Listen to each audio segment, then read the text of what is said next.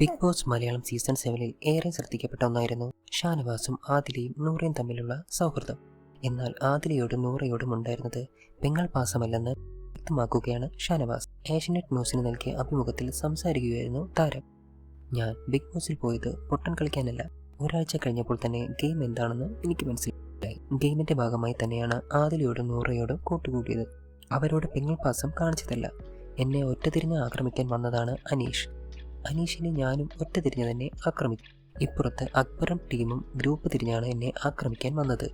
ആദിലയെയും നൂറയെയും ഇതേ പ്രശ്നം അക്ബറിൽ നിന്നും ടീമിൽ നിന്നും നേരിട്ടു.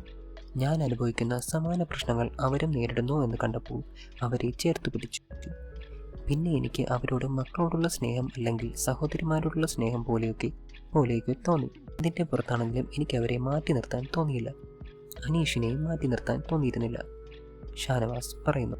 അവർ മോർണിംഗ് ആക്ടിവിറ്റിയിലും അവിടെയും ഇവിടെയും എനിക്കെതിരെ സംസാരിക്കുന്നത് ഞാൻ കേൾക്കുന്നും കാണുന്നുമുണ്ട്. പക്ഷേ എനിക്ക് അവരോട് ദേഷ്യം തോന്നിയില്ല. അത് അവരുടെ ബുദ്ധിമോശം എന്നേ ഞാൻ വിചാരിച്ചിട്ടുള്ളൂ. അവർ എന്തെങ്കിലും ചെയ്യുന്നുണ്ടെങ്കിൽ പുറത്ത് അതിൻ്റെ നെഗറ്റീവ് അവർ തന്നെ അനുഭവിക്കേണ്ടി വരും. പറയേണ്ട സമയത്ത് അവരുടെ മുഖത്ത് നോക്കി ഞാൻ നിലപാടുകൾ പറഞ്ഞിട്ടുണ്ട്. ഗെയിം കളിക്കേണ്ട സമയത്ത് അവർക്കെതിരെ ഞാൻ ഗെയിമും കളിച്ചിട്ടുണ്ട്. ഷാനവാസ് പറയുന്നു. ആദിലും നൂറയും അവരുടെ ജീവിതത്തിൽ എന്ത് തീരുമാനമെടുത്തു എന്നത് എന്നെ ബാധിക്കുന്ന കാര്യമല്ല. എനിക്ക് ആ വിഷയത്തിൽ ആധികാരികമായി സംസാരിക്കാൻ അറിയില്ല. അതിനാൽ അതിനോട് യോജിപ്പും വിയോജിപ്പും പറയാനാവില്ല.